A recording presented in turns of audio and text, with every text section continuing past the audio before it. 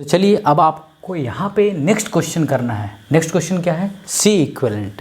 सी equivalent आपको निकालना है, ए और बी के बीच में आपको सी इक्विवेलेंट निकालना है। निकाले, सभी सी हैं, सभी यहाँ पे क्या है? सी है, सभी सी दे रखे हैं, आपको सी इक्विवेलेंट निकालना है। जल्दी से निकालिए। अगर आप सी इक्विवेलेंट यहाँ पे निकालेंगे तो यूज करेंगे पीपीटी। क्या यूज करेंगे? पीपीटी। कैसे यूज करेंगे? देखिए, हमें निकालना है सबसे पहले ए और बी के बीच में निकालने के लिए हम लोग सबसे पहले करेंगे जंक्शन को लोकेट करेंगे।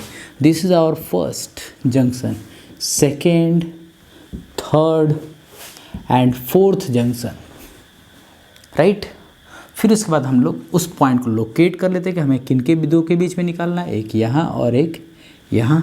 यह हमने लिखा ए और यहाँ लिखा हमने बी। क्या ए और फर्स्ट जो है सेम पोटेंशियल का है तो इसको आपके नीचे 1 लिख दीजिए। बी और 4 जो है वो सेम पोटेंशियल का तो उसको नीचे लिख दीजिए। और अब यहाँ पे अगर हम देखें तो 2 क्या वो ए की तरफ आएगा? नहीं। 2 क्या वो 4 की तरफ आएगा? नहीं। क्या 1 और 3 जो सेम पोटेंशियल का है? नहीं, इसके बीच में एक कैपेसिटर है। क्या 2 और 4 सेम पोटेंशियल का है? नहीं, इसके बीच में एक कैपेसिटर है। तो क्या करें? 2 ना तो ए की तरफ आ रहा है ना तो बी की तरफ आ रहा है, तो उसे ऊपर लेंगे। अभी हमने 2 पे रखा है यहाँ पे 2, और दूसरा हम लोग करेंगे यहाँ पे रखेंगे 3, राइट। हमने क्या किया यहाँ पे? फर्स्ट बी और 2 और 3 यहाँ पे 2 पॉइंट रख दिया, क्योंकि ये जो पॉइंट है 2 ना तो वो ए से के पास रहेगा ना ही बी के पास।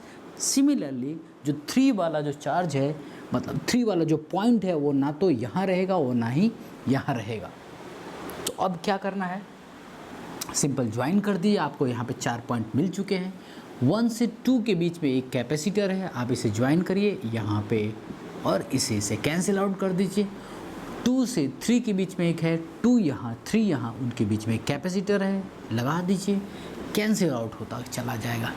3 से 4 के बीच में हियर इज़ 3 एंड ये रहा 4, उसके बीच में एक लगाइए और इसे आप कैंसिल आउट करें। अब 1 और 3 के बीच में, 1 और 3 के बीच में, 1 और 3 के बीच में, 1 और 3 के बीच में ये है, यहाँ पे आप यहाँ पे ज्वाइन कर दीजिए। और 2 और 4 के बीच में यहाँ है, 2 यहाँ 4 यहाँ, उसको ज्वाइन कर दीजिए। ये सर्किट डायग्राम कुछ ऐसा बन गया। अब हमें पता है कि ये जो होता है वो व्हीट स्टोन ब्रिज होता है। क्या होता है? व्हीट स्टोन ब्रिज होता है। क्योंकि ये सभी सी हैं तो ये बैलेंस व्हीट स्टोन ब्रिज है। अगर आप जानते हैं बैलेंस क्या होता है तब आपको मालूम होगा कि जो बीच वाला है वो उसका कोई रोल नहीं होता, वो कैंसिल आउट कर देते हैं। बट इन बैलेंस अगर अनबैलेंस होगा तो हमें इसको इंक्लूड करना पड़ेगा। अगर आप नहीं जानते हैं कि व्हीट स्टोन ब्रिज क्या होता है तो चिंता मत करिए, इसके बाद हम लोग वही करने वाले हैं।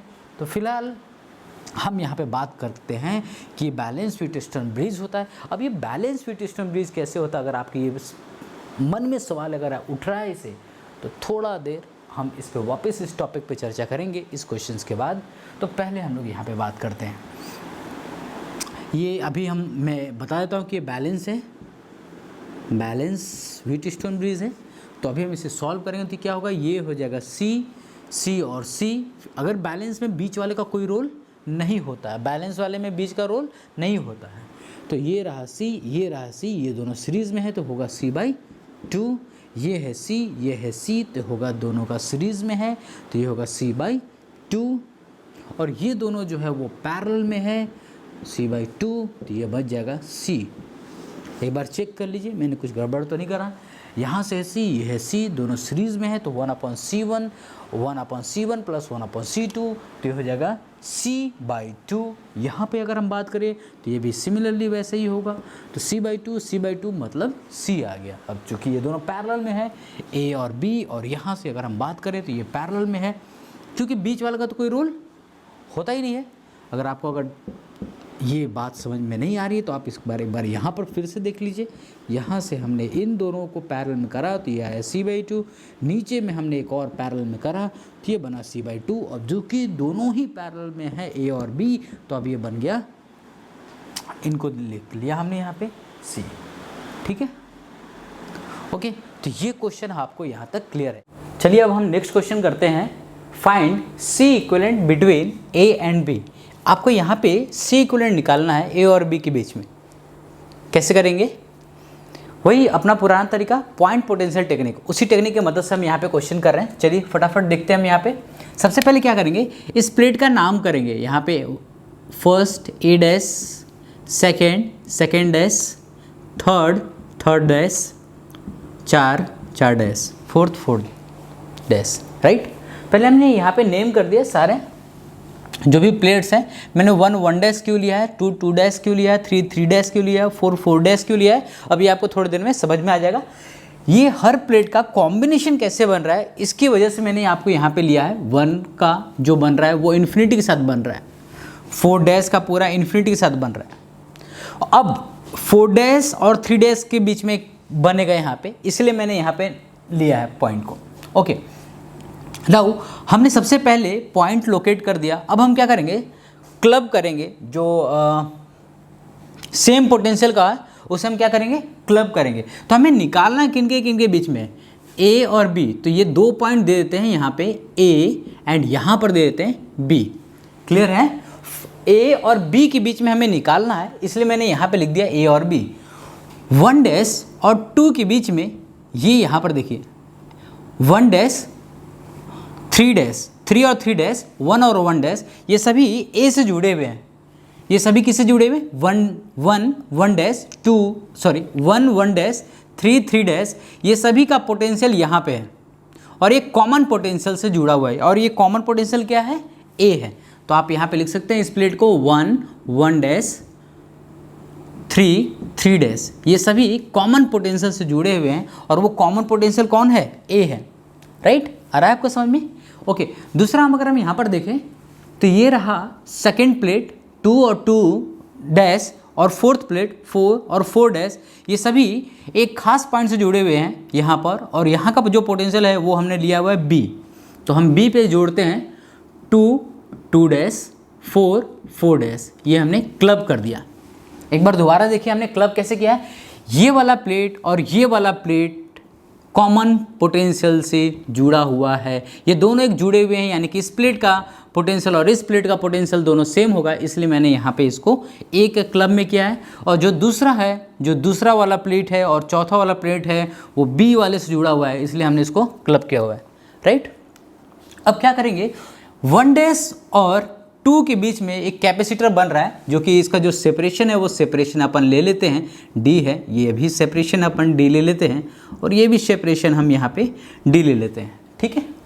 ओके, प्लेट का एरिया जो है ऑफ कोर्स यहाँ पे A होगा, इसमें कोई कन्फ्यूज़न नहीं, यहाँ तो हमें टेक्निकल चीज़ में एज इट इज़ रहेगा, उसमें कोई दिक्कत नहीं है। ओके, 1 डैश एंड 2 के बीच में एक कैपेसिटर लगा हुआ है, तो 1 डैश यहाँ है और 2 यहाँ है, 1 डैश यहाँ है, 2 यहाँ है, उनके बीच में एक कैपेसिटर को आप लगा दीजिए। आप ये भी बता सकते हैं कौन सा प्लेट जो है वो किस साइड जुड़ा हुआ है। ये वाला जो प्लेट है वो 1 डैश का है, और ये वाला प्लेट जो है वो 2 का है ऊपर वाले प्लेट पे, राइट। तो उसी तरह से 2 डैश और 3 पे एक जुड़ा हुआ है, 2 डैश किधर है, 2 डैश इधर है और 3 इधर है, तो आप ये भी बता सकते हैं सिमिलरली। यहाँ पे एक और जोड़ देते हैं हम, ठीक है। सिमिलरली आप बता सकते हैं कि 2 डैश ये वाला 2 डैश है और यहाँ पे 3 है। नाउ यहाँ पे 3 डैश एंड 4 के बीच में बनेगा, 3 डैश यहाँ पे और 4 यहाँ पे है, यानी कि एक और यहाँ पे बनेगा कैपेसिटर, और ये लगा दिया हमने 3 डैश यहाँ पे और 4 यहाँ पे हमने लगा दिया है। तो कुछ इस तरह से यहाँ पे बन रहा है, ये पैरेलल प्लेट कैपेसिटर बना, मतलब पैरेलल कॉम्बिनेशन में अरेंजमेंट हुआ। नाउ C इक्विवेलेंट इज कितने हुए, 1 2 3, यानी कि यहाँ पे होता C1 plus C2 plus C3, लेकिन यहाँ पे जो C1 है इज इक्वल टू C2 है इज इक्वल टू C3 है, सभी यहाँ पे सेम है। क्यों सेम है? क्योंकि जो C की वैल्यू है वो होती है ε0A/d। तो यहाँ पे स्पेस जो है वो भी फ्री स्पेस है, सभी का सेपरेशन सेम है और सभी का प्लेट एरिया A है। तो इसका मतलब सभी का कैपेसिटेंस की वैल्यू क्या होगी, epsilon not a by D. Clear है? तो सी इक्विवेलेंट की वैल्यू क्या होगा, सी इक्विवेलेंट की वैल्यू को 3 epsilon not a by D. Final answer, ये आपका आंसर रहा। ठीक है, आप एक बार जस्ट इसको देख लीजिए, अच्छे से समझ लीजिए और इसे कॉपी कर लीजिए। राइट, ओके, कॉपी करें। एक और क्वेश्चन मैं देता हूं आपको इसी तरह से करने के लिए, तो इसको कॉपी करने के बाद उससे क्वेश्चन करें आप। तो इस क्वेश्चन को करिए आप, ये इस क्वेश्चन को करिए। क्वेश्चन कैसे करेंगे, करें आप इसको। यहां पे एक प्लेट है और ये एक प्लेट है, इसको कंबाइंड ए है, और ये दोनों प्लेट एक साथ कंबाइंड है बी के साथ। तो क्वेश्चन आपको करना है, जल्दी से क्वेश्चन को करें। ठीक है, चलिए अब मैं आपको इसमें बताता हूँ। सबसे पहले आपने, अगर आप वीडियो को रोक के आराम से आप कर लीजिए और उसके बाद चेक कर लीजिए कि मैंने कैसे किया और आपका आंसर सही है या नहीं, इसको चेक कर लीजिएगा। सबसे पहले हम क्या करेंगे, वही अपना पुराना तरीका, 1 1 dash, 2 2 dash, 3 3 dash, 4 4 dash. Right, यहाँ तो इन्फिनिटी है, इससे हटा देते हैं। इस प्लेट में हो सकता है कि बहुत दूर कहीं बन रहा होगा। चलिए, तो अब हम बात करेंगे, हमें निकालना है कौन से दो पॉइंट पे है। एक पॉइंट है ए और दूसरा पॉइंट है बी, तो ये दोनों ही पॉइंट हम लोग यहाँ पे लिख लेते हैं। अब हम पॉइंट को क्लब करेंगे। फर्स्ट प्लेट और फोर्थ प्लेट दोनों एक कॉमन पॉइंट से जुड़ा हुआ है ए से, इसका मतलब 1 1 डैश, 4 4 डैश, ये सभी कैसे हैं, ये सभी एक ही पोटेंशियल का है। जबकि 2 2 डैश, 3 3 डैश एक ही पोटेंशियल का है, तो 2 2 डैश, 3 3 डैश एक ही पोटेंशियल का है। राइट, एक बार दोबारा से देख लीजिए। इस प्लेट का और इस प्लेट का एक कॉमन पॉइंट है यहाँ पे ए, और इस प्लेट और इस प्लेट का कॉमन पोटेंशियल हो गया यहाँ पे बी। बस अब ये सारे क्लब, हमने पोटेंशियल को क्लब कर लिया है। तो अब हम क्या करेंगे, इस पे क्वेश्चंस को कर दीजिए। आगे आंसर, 1 डैश और 2 के बीच में एक प्लेट है, 1 डैश यहाँ है और 2 यहाँ है, उनके बीच में एक प्लेट लगा दीजिए। इस बार हम लोग लिखेंगे नहीं, सिंपल यहाँ पे कर देते हैं। हालांकि मैंने आपको बता रखा है कि कौन सा प्लेट किधर जाएगा, हम ये भी बता सकते हैं, लेकिन अभी फ़िलहाल हम लोग यहीं तक रखते हैं। 2 डैश और 3, 2 डैश इधर और 3 यहाँ, दोनों एक ही तरफ है, यानी कि कॉमन पोटेंशियल है, यानी कि दोनों का पोटेंशियल सेम है। तो इनके बीच में कोई प्लेट है नहीं, लगा हुआ नहीं है, क्योंकि 2 डैश भी इधर ही है और 3 भी इधर ही है। इन दोनों के बीच में कैसे ज्वाइन करेंगे, दोनों तो सेम पोटेंशियल के हैं ना, तो उनके बीच में कोई पोटेंशियल ड्रॉप नहीं हो रहा है ना। तो यहाँ पे कोई पोटेंशियल ड्रॉप नहीं हो रहा है, इसलिए हम यहाँ पे कोई कैपेसिटर भी नहीं लगाएंगे। ठीक है, अब हम बात करते हैं 3 डैश और 4 के बीच में। 3 डैश और 4 के बीच में, 3 डैश और 4 के बीच में एक प्लेट है, यस ऑफ कोर्स है। एक ये 4th वाला ए से है, जबकि 3 वाला बी से है, तो डेफिनेटली यहाँ पे दोनों डिफरेंट पोटेंशियल के हैं। 3 और 4 यहाँ पे अपोजिट साइड में आ रहे हैं, तो यहाँ पे आपको मिल जाएगा कि कौन कौन किधर जा रहा है प्लेट। आप एकदम बिल्कुल आराम से करेंगे तो आपको समझ में आ जाएगा कि that C equivalent is C1 plus C2, क्योंकि पैरेलल में है।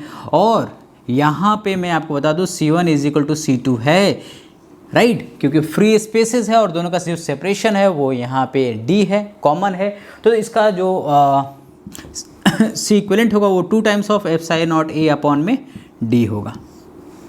ये होगा आपका C इक्विवेलेंट, राइट। तो इस तरह से आप यहाँ पे क्वेश्चंस कर सकते हैं। मैंने आपको डिफरेंट तरह के क्वेश्चंस आपको कराए हैं, तो यहाँ पे आप क्वेश्चन कर सकते हैं। एक और क्वेश्चन लेते हैं जो कि SC वर्मा का भी क्वेश्चन है और बहुत अच्छा क्वेश्चन है वो भी।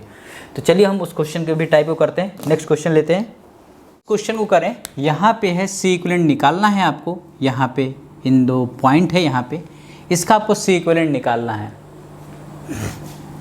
यहाँ पे एक पॉइंट ले लीजिए और एक यहाँ पे इनसे कंबाइंड एक पॉइंट ले लीजिए। C इक्विवेलेंट आपको यहाँ पे निकालना है। A और B के बीच में इन सब जुड़े हुए हैं, इनके बीच में C इक्विवेलेंट निकालना है। सो निकालें आप यहाँ पे C इक्विवेलेंट। वीडियो को रोक दीजिए और आराम से निकालें आप इसको।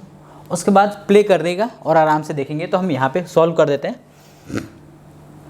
सबसे पहले क्या करेंगे, हम यहाँ पे देखिए, ये है डिस्टेंस D और इस पूरे प्लेट, और ये भी पूरा एक प्लेट है, ये भी क्या है, एक पूरा प्लेट है। ये प्लेट और ये भी एक प्लेट है। बट आप देखो इस प्लेट का जो लेंथ है वो 3a दे रखा है और ये भी a और a मिलाकर ये 3a हो रहा है, राइट। 3a का एरिया जो है वो है a। नाउ इस प्लेट का केवल आप इसी प्लेट को देखिए तो दैट इज़ यहाँ पे अगर a होगा तो ये भी एक सेक्शन लेंगे, वो होगा a, राइट। ये a तो ये भी a, ये a तो ये भी a और ये a तो फिर ये भी। तो ये 3 हिस्सा इस तरह से डिवाइड हो रहा है। क्लियर है? तो अब हमें यहाँ पे क्या करना है, इसको अगर हम ले लें यहाँ पे C1, this is called C2 and this is called C3। C3 का मतलब क्या होगा, ये सेपरेशन आएगा यहाँ से और ये सेपरेशन आएगा C2 के लिए और ये सेपरेशन तो D है ही। तो यहाँ पे क्या हो जाएगा, ये सेपरेशन कितना होगा, D है तो D प्लस D तो ये हो जाएगा 2D और यहाँ पे कितना हो जाएगा, D plus D plus 3D हो जाएगा। क्लियर है? D 2D और 3D। तो अगर हम इस C1 के लिए निकालें जो कि ये रहेगा C1, तो C1 के लिए अगर हम निकालें तो C1 कितना होगा, एप्सिलॉन नॉट A, क्या टोटल A जो है वो 3A लेंथ के लिए A है वो A है, तो A लेंथ के लिए कितना होगा A/3। दोबारा देखिए 3A लेंथ के लिए कितना है A है, तो A लेंथ के लिए कितना होगा A/3। तो अब एप्सिलॉन नॉट अपॉन में D, तो this is our C1 and now C2 की वैल्यू क्या निकालेंगे, C2 ये रहा, C2 epsilon naught A/3 upon में D कितना होगा, ये सेपरेशन और ये सेपरेशन कितना होगा 2D। क्लियर है? एंड नाउ C3 अगर हम निकालें यहाँ से तो C3 कितना होगा, एप्सिलॉन नॉट A/3 अपॉन में 3D। आप मुझे ये बताओ ये सब सीरीज में या पैरेलल में है, ये प्लेट और ये प्लेट, ये किस में है, सीरीज में है या पैरेलल में? पैरेलल में है। किस में है? पैरेलल में है। आप इसे ना अभी ये ऐसे इसको ऐसे घुमा के देखो, आप ऐसे घुमा दो इसको और फिर देखो, आपको दिखेगा ये जो अभी इस प्लेट में ये ऐसे है ना, इसको घुमाओ सीधा करो तो आपको दिखेगा। सीधा करके मैं थोड़ा सा दिखाता हूँ आपको, ये प्लेट कुछ ऐसा बनेगा, ये वाला बना रहा हूँ यहाँ पे, फिर मैंने बनाया यहाँ पे और फिर मैं बना रहा हूँ यहाँ पे, सीधा कर रहा हूँ मैं इसको और ये मैंने लंबा ऐसे खींच दिया है, राइट। तो अब अगर आप इसको देखेंगे ध्यान से तो ये एक प्लेट बना इसके लिए, ये एक प्लेट बना इसके लिए और ये एक प्लेट बना इसके लिए। ये तीनों ही प्लेट एक दूसरे से कंबाइंड हैं, इसी से आपसे पूछा गया है। और ये रहा इसके लिए प्लेट के लिए। अगर आप डिवीज़न कर भी लें तो आपको सीधा दिखेगा। आप डिवीज़न करके देखिए, यहाँ से इस पोर्शन के लिए और इस पोर्शन के लिए डिवीज़न करके भी देखेंगे तो आपको दिखेगा कि ये एक पैरेलल है, उसके बाद फिर ये एक पैरेलल है, फिर उसके बाद ये उसके साथ एक पैरेलल कंडीशन में लगा हुआ है। ठीक है, कुछ फील आया आपको कॉन्सेप्ट के साथ? ये और ये इतना ए, इसका ए और इसका ए पैरेलल, इसका ए और इसका ए पैरेलल, फिर इसका ए और इसका ए पैरेलल, और सभी एक दूसरे से कनेक्टेड है। इससे कनेक्टेड है क्योंकि ये ऐसे कनेक्ट हो रहा है, ये देखो ऐसे कनेक्ट हो रहा है, यहाँ पे ये ऐसे कनेक्ट हो रहा है। तो टेढ़ा कनेक्ट करने के बजाय आप इसको साइड से भी कनेक्ट करा सकते हैं तो आपको दिख जाएगा, राइट। यहाँ ये पॉइंट और ये पॉइंट एक दूसरे से कनेक्टेड है पूरा, है ना। ये वाला कनेक्शन है, यहाँ से कनेक्ट किया हुआ है यहाँ पे।